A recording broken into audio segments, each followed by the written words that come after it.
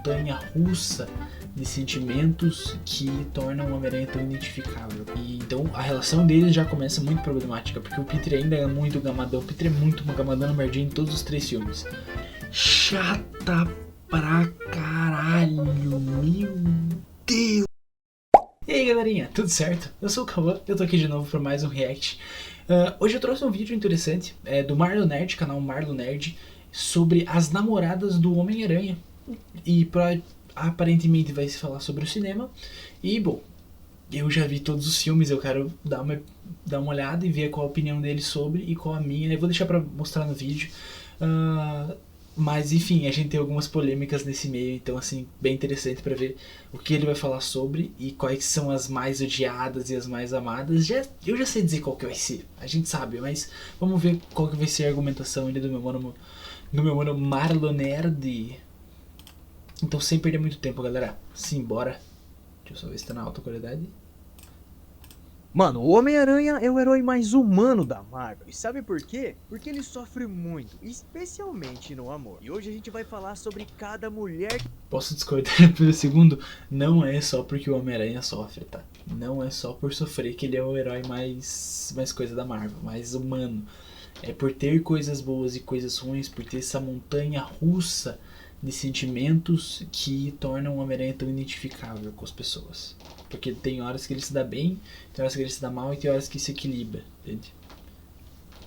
Já comecei discordando, foi mal, vamos continuar no que vídeo. passou pela vida do Peter Parker no MCU e as que fizeram a gente torcer, frustrar Gwen, e até aquelas Liz, que dói só de lembrar que já as existiam. duas MJ. Então vem comigo. Antes de qualquer coisa, eu quero deixar uma coisa muito clara aqui. O Homem-Aranha dos quadrinhos tem um histórico amoroso riquíssimo, complexo e cheio de nuances, galera. Nas HQs, desde o Amazing Fantasy 15 de 62, o Peter Parker era aquele cara que equilibrava muito mal o peso de ser um herói com o peso de ser um ser humano. E essa tensão especialmente equivalia nos seus relacionamentos. Então quando a gente analisa os realmente filmes, acontecia precisa bastante ter esse parâmetro, que nas HQs eles estabeleceram uma expectativa, e o cinema entregou alguma coisa que pode ter sido outra. Vamos começar.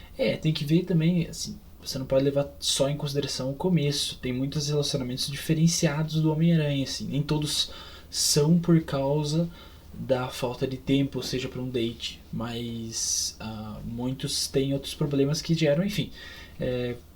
Nesse ponto, vou deixar ele argumentar, mas depois que ele falar da Mary Jane do Tobey, eu coloco meu ponto sobre ela. Começar pelo começo, né, lógico, pela trilogia do Sam Raimi e pela Mary Jane Watson da Kirsten Dunst. Que olha, eu vou ser bem honesto, a expectativa era enorme. Mary Jane Watson nas HQs é literalmente um furacão. É a mulher que entrou na vida do Peter Parker jogando a frase mais icônica da história dos quadrinhos românticos. Prepare-se, Tigrão, porque você acabou de ganhar na loteria. Isso aconteceu no Amazing Spider-Man 42. Jackpot! Ela é confiante, apaixonante e o mais importante, ela conhece o Peter Parker de verdade, galera. Ela sabe quem ele é debaixo da máscara, muito antes dele assumir esse papel. Ela não é ingênua, ela escolhe estar do lado dele mesmo sabendo todos esses riscos de ser a mulher do Homem-Aranha. Então quando a trilogia do Raimi prometeu trazer essa MJ pras telas, isso na versão do meio-meia, né? Juntos, né? Ficaram totalmente malucos. Só que o que a gente recebeu foi um MJ que, ao longo dos 3 filmes da franquia, parecia viver num ciclo que nunca se resolvia. Em vez de ser aquele ponto fixo de vida caótico do Peter, ela frequentemente era a fonte de mais caos na vida dele. Logo no primeiro filme, ela tá dividida entre o Peter Parker, Harry Osborn e o Flash Thompson. E no segundo ela fica noiva de outro cara, enquanto claramente ainda tem sentimentos pelo Peter. E esse cara é o astronauta John Jamerson, filho do J. Jonah Jamerson. No terceiro ela termina com o Peter por pressão do Duende Verde, sem dar a ele uma chance real de se explicar. E mano, pensa no segundo filme. Tem uma cena onde a MJ fica brava porque o Peter perdeu a peça de teatro dela. E o Peter tava onde? Salvando pessoas. Literalmente com o Dr. Octopus jogando mas ela não trem, tinha como saber. fazendo a maior bagunça pela cidade. E a MJ simplesmente ficou chateada porque ele não conseguiu aparecer pra aplaudir ela no final da peça. Agora tem gente que defende a MJ do Raimi. E essa defesa às vezes faz sentido quando você pensa que ela é uma garota que cresceu numa família difícil. Que só... Cara, assim, vamos lá. Eu vou me meter já aqui no meio da nossa Mary Jane. O que eu tenho com a Mary Jane do Raimi é as falhas constantes no relacionamento desses dois que não entregam nenhum pico de confiança que esse relacionamento ia durar. É óbvio que para chegar até eles se relacionarem teve muito problema, porque toda a construção dos 2 filmes são em base desses problemas, porque o Peter já gosta dela, né, que é uma diferença bem grande dos quadrinhos, já que nos quadrinhos ele passa por duas namoradas antes de ficar realmente com a Mary Jane em si, mas não, pra ficar definitivamente com a Mary Jane é pelo menos duas namoradas, se eu não me engano. Mas enfim, o ponto é, o Peter já era apaixonado nela, e ela já tava com outro cara que já era meio problemático, era o Flash. Ao ponto, ali no começo do filme, ela realmente demonstra uma personalidade boa. Ela vai lá, defende o Peter do Flash, fala o Flash não bater, termina com o Flash. Mesmo assim, tava com um valetão. Tá, mas beleza, terminaram. O Peter não seguiu por outros problemas, né? Não foi atrás dela, mas o Harry foi. O Harry foi atrás da Mary Jane. E o Harry tava gamado na Mary Jane também. E então a relação deles já começa muito problemática, porque o Peter ainda é muito gamadão. O Peter é muito gamadão na Mary Jane em todos os três filmes. Ele ama muito essa mulher desde tudo, tá ligado? Ele ama a idealização dela total, assim. Mas eu gosto muito, e o meu ponto de defender é porque eu gosto muito da Mary Jane e do Raimi no primeiro filme. E no segundo também. Eu acho que até ali funciona a caracterização dela, mesmo não sendo a mais fiel possível, mesmo que muitas das tramas dali que a Mary Jane tem, dessas coisas, dos problemas de o Peter não me dá atenção, você não consegue, muitas dessas coisas vêm da Gwen, porque a Gwen nos quadrinhos, a Gwen original, não sabia a identidade do Peter, e tinha muitos desses problemas. O Peter realmente deixava ela muito na mão por causa disso, ela não tinha como saber, e essa Mary Jane também não sabe a identidade do Peter, então acaba se tornando situações parecidas. Ali que ele cita que, como que vai cobrar do cara que não apareceu na peça e se ele tá salvando o mundo? Ela não sabia, e ponto 2, o Peter ele se comprometeu a aparecer na peça, então se ele se comprometeu a ir até o local, o mínimo que ela esperava era o compromisso dele estar lá, né? Então ele não estava lá, ela tinha um centro especial dedicado para ele, e aí, ela fala, não é a primeira vez que ele deixa ela na mão. Enfim, é uma situação conturbada desde o final do primeiro filme, quando o Peter recusa ela na cara dura, assim. Mas enfim, eu gosto muito da Mary Jane, eu entendo a caracterização e a adaptação dela até o segundo filme. No terceiro filme eu sinto que ambos, Mary Jane e Peter, são prejudicados pelo roteiro, uma falha do filme, porque tomam atitudes que transcendem o conceito original dos personagens, porque Mary Jane se torna uma invejosa, o que é um pouco estranho. Ela também volta a flertar com o Harry, sendo que, né, não fazia meio sentido isso. O Peter também toma um monte de atitudes erradas, a insegurança cresce entre eles. Enfim, a relação no 3 não funciona de nenhuma forma e acaba estragando a visão que a gente tinha dos dois primeiros, tá? Mas ela atrai todo mundo no filme. É um ponto. Eu defendo muito no primeiro, porque no primeiro ficou claro que depois da briga que ela teve com o Harry por causa do Norman, eles não voltaram a ficar juntos. Ali acabou qualquer tipo de relação. Então pra mim ela não estava com o Harry no momento em que ela estava com o momento do momento em que ela, né, vai lá e fica de mão dada com o Peter, que é onde dá o conflito. Na parte do beijo, quando ela beija ele de cabeça para baixo, eu não me lembro se ela tá com o Harry ainda. Eu não consigo me lembrar qual que era a ordem, mas eu sei que o Harry fica com ciúme no momento que ela salva a primeira vez pelo Homem-Aranha, né? Quando ela salva lá na cena do balão. Foi na cena do balão onde ela salva pela primeira vez, se eu não me engano. Eu vou ter que reassistir pra ter certeza absoluta do que eu tô falando. Mas enfim, eu creio que essa Mary Jane nos dois primeiros filmes funcionou e no terceiro não funcionou por causa do próprio roteiro. Mas eu não acho que seja uma caracterização tão horrorosa como todo mundo cita. Eu acho que tira um pouco da fidelidade da personagem com o que ela era originalmente. Não segue também a outra adaptação que teve dela, que foi do Universo Ultimate, coisa que tira... Eles tiram bastante do Universo Ultimate aqui na franquia do Raimi também, mas eles não tiram a personalidade da Mary Jane, que era bem diferente também no Universo Ultimate. Então, se você não segue nenhum dos dois, acaba que você cria uma nova personalidade e pode não causar desgosto em algumas pessoas, especialmente que a gente queria aquela personalidade inabalável da Mary Jane quando ela tinha no começo e depois as tramas dela que ela veio depois nas HQs, né? No fim, eu acho que por fidelização, acho que acaba sendo fraco um pouco, por mais ela parece muito a Mary Jane, ela ainda é uma atriz e modelo e tudo isso, acaba que por tramas e coisas, mesmo adaptando a parte dos pais, acaba ficando um pouco fraco. Dito isso, eu não acho que ela é, de fato, ela não deveria ser tão odiada quanto ela é, eu acho. Porque o Peter não é odiado e o Peter tem atitudes tão ruins quanto ela. O Peter coniventemente trai junto com ela ali, já que ele e tava incentivando ela a trair tudo depois. Então, assim, ele sai com ela pra essas coisas e, enfim, Peter também não toma as melhores atitudes, né? Por mais de ser o Peter, a gente sabe que isso é bom, na verdade. A pessoa é falha, ela não pode tomar atitudes certas todos em momentos que a pessoa vai errar. Mas enfim, é erro dos dois. Eu acho que ela não devia ser considerada como uma das mais odiadas. Eu acho que é um pouco injusto, pelo menos na minha opinião, pelo que eu assisti dos filmes. Então, isso que eu tenho pra falar da Mary Jane do Raimi.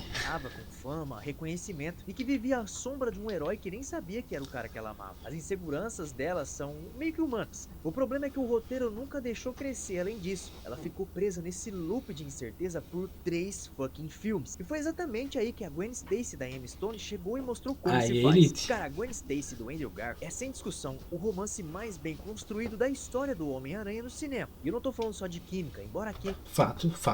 Concordo plenamente. Mas também é química. A química dos atores eleva o nível do romance, eleva o nível da escrita, juntamente com 2 personagens muito bem escritos, né?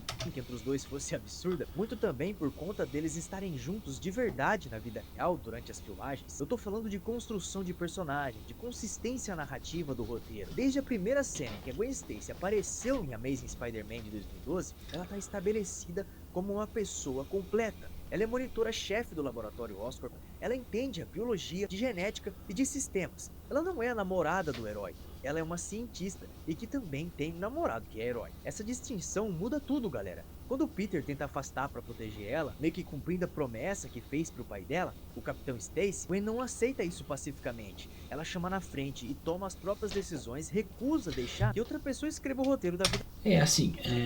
Ele comenta ali, ela não é só uma garota, ela é uma garota cientista, ela entende.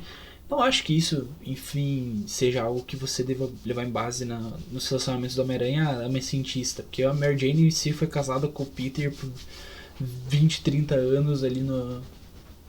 Teve um relacionamento com o Peter, conhecendo a identidade dele por uma grande quantidade de tempo, acho que foi desde os anos 80 que eles casaram e ficaram até pelo menos 2007, que foi onde veio One More Day.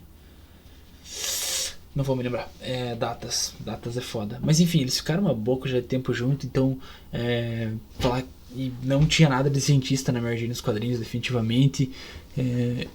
Então assim, não é necessariamente uma obrigação, né, do personagem, mas sim, a Gwen se destaca por ser uma personagem bem construída.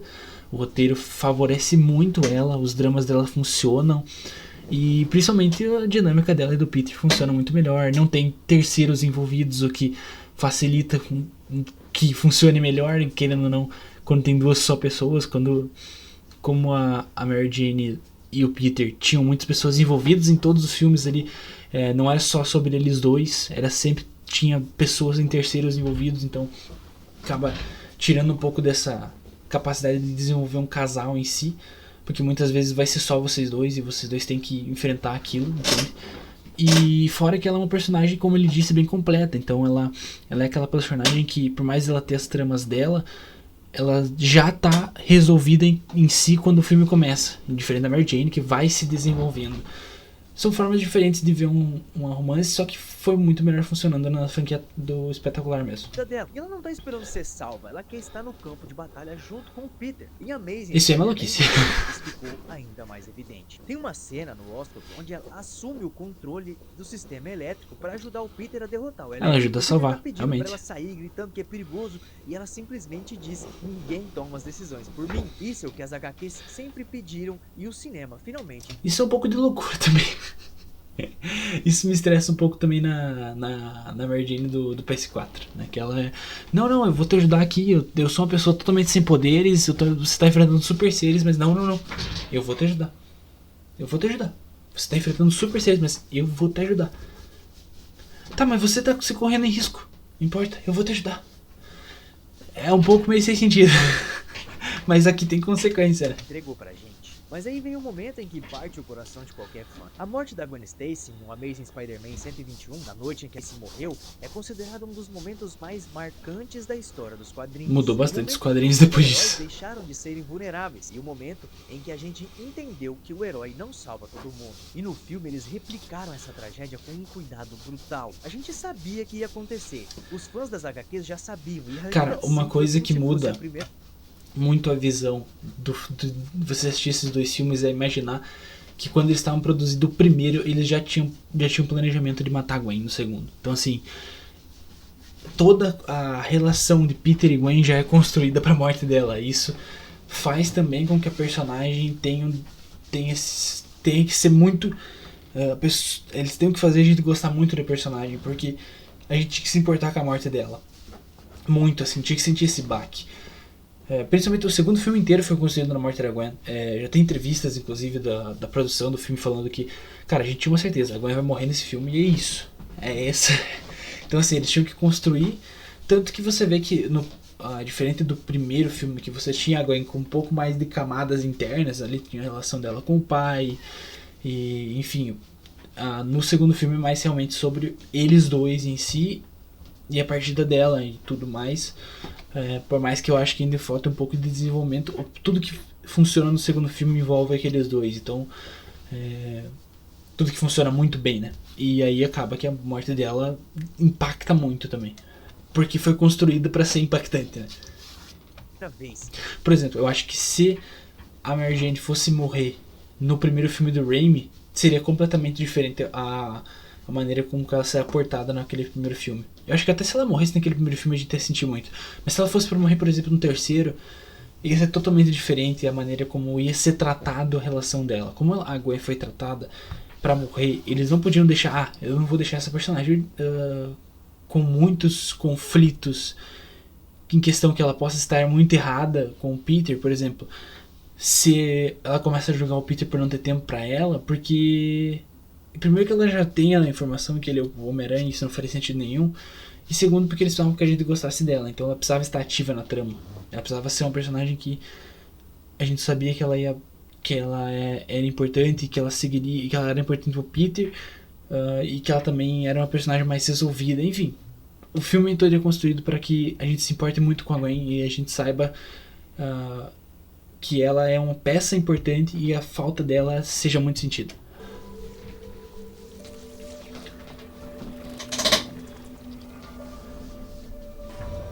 E essa cena é puro ouro, né, cara?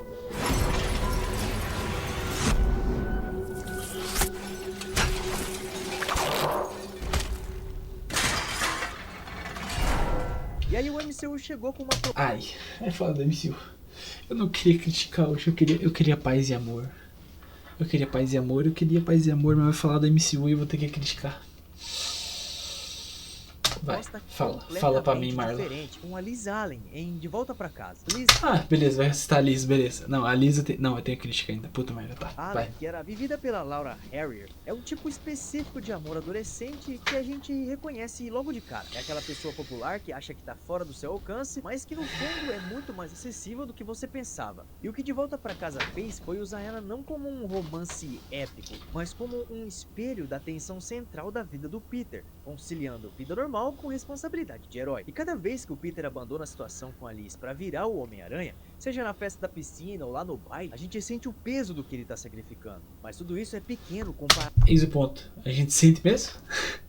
Porque assim... com todo respeito, né, o filme do Homecoming é importante pra toda a história da Homem-Aranha no CM, mas a falta de peso nas ações do Peter nesse filme me incomoda muito, cara. Porque o Peter deixa constantemente o pessoal na mão, e isso é bom pra trama, seria importante, mas cara, ele deixa o Ned na mão, não acontece nada. Ele deixa a Liz na mão e no final ainda consegue ir pra ela no baile. Ele deixa o pessoal do debate, chega de última hora e... Não, entrei, cheguei, pode chegar. Isso é praticamente um cuspir na nossa cara que esse Peter não tem consequência. Isso influencia assim porque, sabe por quê? Porque você não tem a consequência da Liz. A Liz, a partir do momento que o pai dela, né, preso ali no final do filme, que você tinha um drama muito bom pra você explorar no próximo, ela é simplesmente abandonada. Você tem ela no De Volta ao Lar, ela tem um cliffhanger absurdo dela. Poderia ser uma relação muito melhor desenvolvida e ver ela jogada no lixo pela trama pra gente ter Homem-Aranha e Michelle Jones, tá? Então assim, porra, não dava pra pôr a Zendaya? Coloca a Zendaya no papel de Liz, faz ela ter esse desenvolvimento, a atriz sabe entregar. Se vocês queriam colocar tanto a Zendaya como a personagem, pra que você trazer Michelle Jones? Você podia colocar ela como Liz Allen e fazer a trama funcionar por cima dela no segundo filme e possivelmente talvez funcionaria. Mas que funcionou. Com todo respeito à atriz que fez a Liz. De Volta pra Casa queria capturar o Homem-Aranha de bairro lidando com problemas de escala humana. Mas o que eleva a Liz Allen para outro patamar é uma cena. Uma única cena que transformou ela em parte permanente da memória afetiva do MCU. O Peter aparece na porta para buscar ela pro baile. Ele tá empolgado, nervoso e toda aquela energia adolescente. E a porta abre e quem aparece do outro lado? Adrian Thomas. Essa é a melhor cena do filme, uma das melhores cenas do filme, cara. E mano, aquela cena do jantar, o Peter tentando manter a compostura, enquanto a própria Putri é encaixando as peças ali do quebra-cabeça em tempo real. É uma das cenas de tensão mais bem executadas do MCU inteiro. E a drama da Liz funciona porque ela não é uma vilã, ela é uma vítima. Ela é uma garota que ama o pai sem saber do que ele faz. Realmente a trama da Liz funciona no filme. Tona, ela não explode e ela não grita. Ela simplesmente desaparece da vida do Peter junto com a... O que não faz sentido nenhum, cara. Vocês jogam um desenvolvimento, uma personagem com peso que poderia ser muito importante e poderia ser recorrente nas histórias, como a Liz é. Vocês jogam ela no lixo, ó. Enfia aqui, ó. Pum, jogou no lixo. Pra quê? Pra quê? Aí você tem que desenvolver todo um relacionamento com a MJ no segundo filme, forçar que eles já se gostavam. Entendeu meu ponto? Acho que deu pra entender meu ponto, né? Família. E essa ausência silenciosa acabou pesando. Esse espaço vazio que a Liz deixou na turma do Peter logo foi preenchido por alguém que já tava ali fazia tempo, observando tudo de um canto com um livro na mão, uma sobrancelha levantada. Michelle Jones. Entende? Esse é o ponto, assim. O Peter, eu perdi ela nesse filme, né? Por minha consequência do que eu tive que fazer, eu não tenho mais uma pessoa que eu gostava. E você não sente esse peso em nenhum momento seguinte. Acabou aquele filme, aquele peso inteiro acabou. A Liz nunca mais volta, o Peter nunca mais cita, ninguém lembra dessa mulher no MCU. Então, pô, como é que você quer me falar que esse cara tem peso nesse filme? Esse filme, o maior erro desse filme é não ter peso. É muito ingratificante você ter isso, tá ligado? De você saber que você não vai continuar essa história. Terminar um filme com uma possível dramatização muito interessante e não ser explorado para trazer uma nova personagem que simplesmente vai estar lá para cumprir o papel, para cumprir esse papel de interesse romântico e vai ser abandonado completamente qualquer detalhe sobre o interesse antigo. MJ, a versão do MCU. A Zendaya construiu um personagem que nos primeiros filmes parecia ser só meio que uma... Agora vamos falar da MJ. Chata pra caralho, meu Deus do céu, cara. Puta merda. Cara, é insuportável a MJ da Zendaya no De Volta ao Lar e no Longe de Casa. É insuportável. A personagem dela é chata. O desenvolvimento entre eles dois é horrível. E a química deles parece não funcionar. A culpa é totalmente do roteiro, tá? Eu não tô julgando os atores. A Zendaya é uma ótima atriz. O Tom Holland é um ótimo ator. Eles podiam entregar tanto como eles entregam no Sem Volta Pra Casa. No Sem Volta Pra Casa a gente vê o potencial que tinha eles dois, mas o desenvolvimento do relacionamento deles estraga completamente qualquer coisa que poderia ter futuramente. Cara, eu desgostei tanto do personagem da Zendaya em 2 filmes que eu não consegui simplesmente querer que ela voltasse pro terceiro.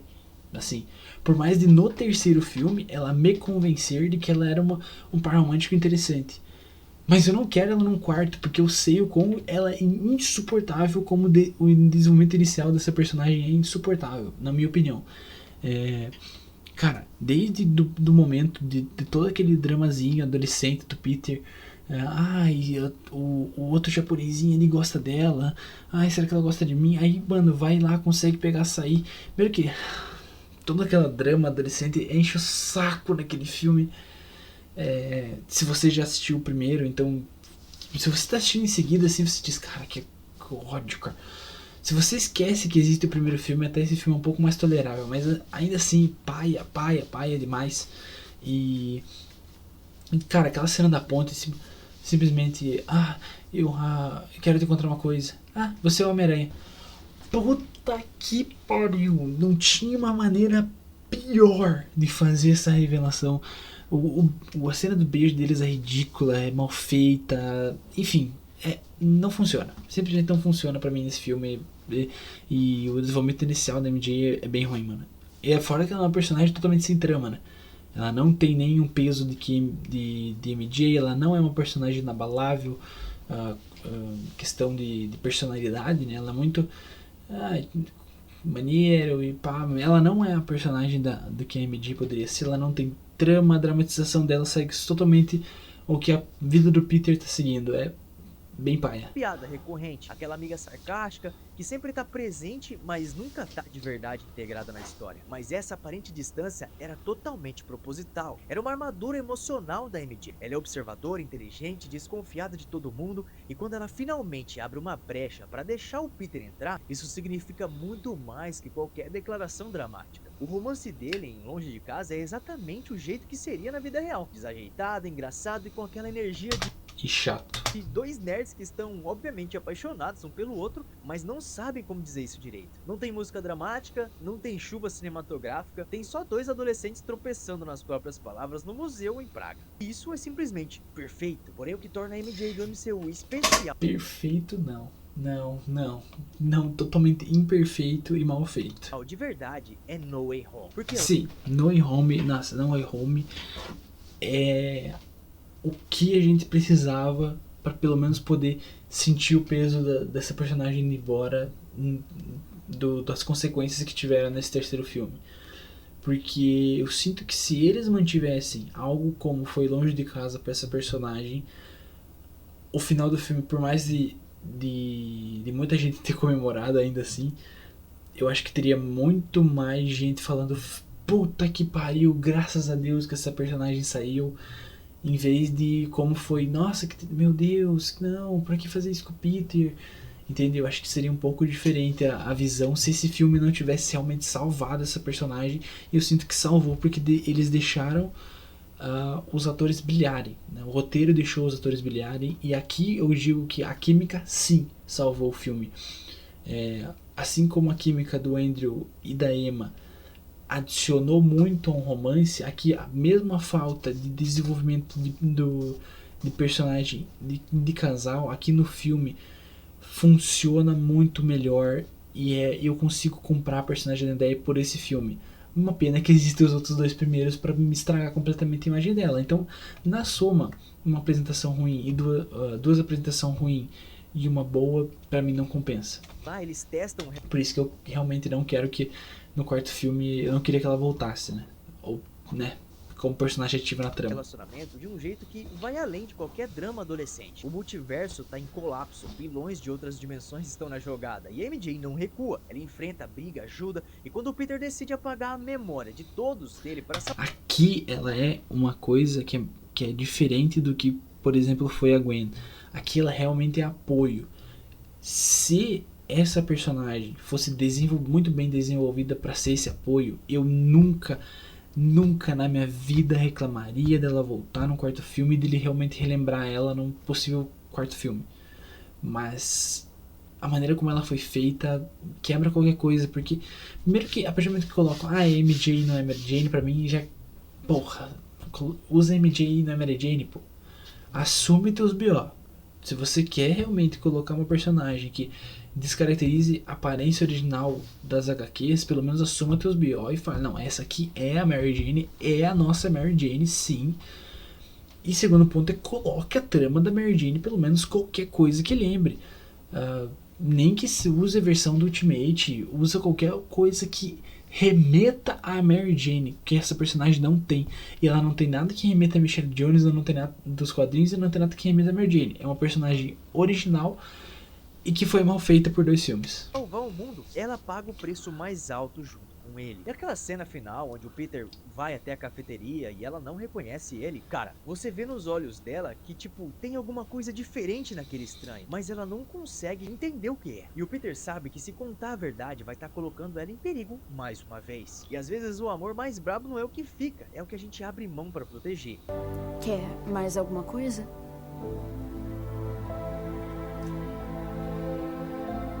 Essa cena é muito boa, cara. Essa cena é muito boa, velho. Nossa, essa cena é muito boa. Não. Mas antes de finalizar, eu tenho que falar de 2 casos específicos dos outros extremos opostos de aproveitamento. Primeiramente, a Felicia Hardy em Amazing Spider-Man 2. Nos quadrinhos, a Gata Negra é um dos relacionamentos mais complexos, fascinantes do Homem-Aranha. Ela é uma ladra, anti-heroína e uma mulher que o Peter ama e ao mesmo tempo ele sabe que é complicado demais. Tem uma tensão moral constante na relação dos dois, porque como um herói se relaciona... Foi um bom cast, né? Pena que é jogada nesse filme e tem um tempo de tela praticamente nulo e nem zero trama, enfim. Ela só tá jogada ali, né? Infelizmente, mas era um bom cast. com alguém que vive fora da lei. Nos quadrinhos, ela aparece a partir do Amazing Spider-Man 194. Não acho que a ideia de desenvolver, inclusive, a Felícia ela aparecer antes de ser a Gata Negra.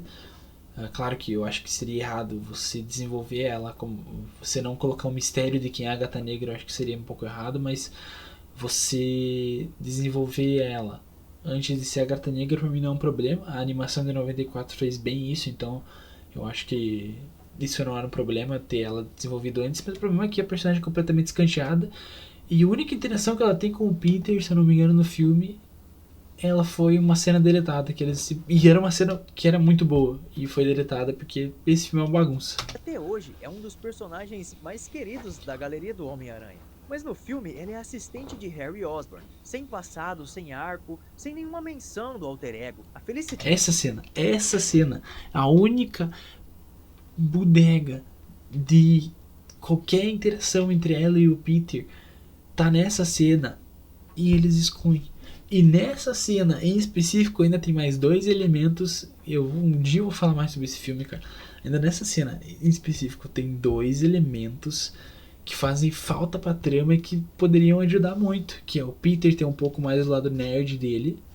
A parte dele admirar as coisas feitas pela armadura que o Harry tá demonstrando. Acho que quem não conhece essa cena pode pesquisar na internet.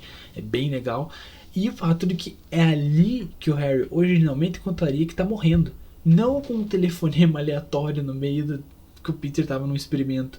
Não, seria ali que o Harry falaria que tava morrendo. Isso seria porra. E toda a revelação dos arquivos do pai dele e tudo. Toda a pesquisa sobre aranhas seria revelada ali. Eu acho que funcionaria muito melhor do que foi no filme. Jones é uma atriz super talentosa, mas o roteiro não deu nada pra ela trabalhar. Foi um desperdício gritante. Foi um desperdício tão gritante que ficou famoso como o símbolo de tudo que deu errado em Amazing Spider-Man 2. Um filme tão ocupado pra montar um universo que esqueceu de contar uma história básica. E segundo, na direção oposta, nós temos a Gwen Stacy da Bryce Dallas, do Homem-Aranha 3. O terceiro filme do Raimi é puta de um cast bom. E pro filme ela funciona. A única parte que eu não gosto dela no filme é porque ela interfere diretamente na relação entre Peter e Mary Jane e não precisava ter essa interferência porque a gente precisava desse terceiro filme consolidar eles como casal e não colocar mais ainda problemas pra eles, pra gente se identificar, e é isso que pra mim estraga um pouco a minha experiência com o terceiro filme, porque por mais assim ter nuances e coisas dos 2 primeiros entre Mary Jane e Peter, o cliffhanger pro terceiro ainda era muito grande, o saldo positivo ainda era grande para chegar no terceiro.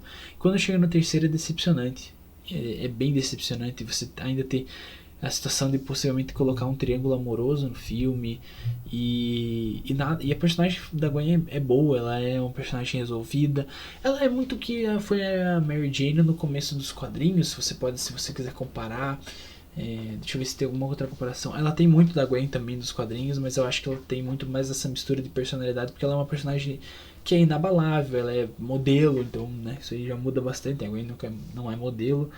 Ela é inteligente, então ela já aparece no filme acertando a mesma pergunta que o Peter.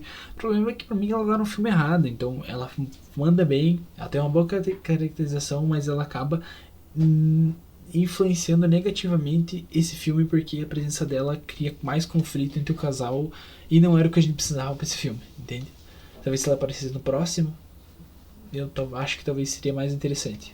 Um caos, muitos vilões, muitas... Dito isso, ela também seria um cast muito bom se ela quisesse ser uma Felicia Hardy. Já dando essa brincada também com casts. Mas acho que ela como Gwen ficou bem feita, mano. Ficou bem feita, ela realmente é bem fiel à aparência da Gwen. E até a personalidade também. A personalidade nem tanto. Ela é realmente aquela personagem que ela não tem, como ela não tem muito desenvolvimento na trama, ela realmente é só uma personagem para impor conflito. O pouco que ela aparece, ela realmente se destaca bem, mostra que ela tem uma personalidade forte, ela sabe bem o que quer.